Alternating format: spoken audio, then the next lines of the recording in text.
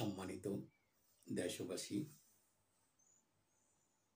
অন্তর্বর্তীকালীন সরকারের ভিতরে দেশের গুরুত্বপূর্ণ জায়গায় বসে আছে ফ্যাসিস্ট সরকারের দোসররা। যদি বলা হয় তারা মির্জাফরের ভূমিকায় রয়েছে, ইরানের সবচেয়ে বেশি ক্ষতি করেছে মোসাদের এজেন্ট, যারা ইরান সরকারের গুরুত্বপূর্ণ জায়গায় কাজ করেছে তাদের দ্বারা।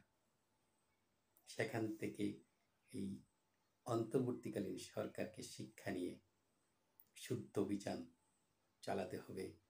তার সরকারের ভিতরে কারা সেই ফ্যাসিস্ট সরকারের এজেন্ট হয়ে কাজ করছেন তাদেরকে চিহ্নিত করতে হবে।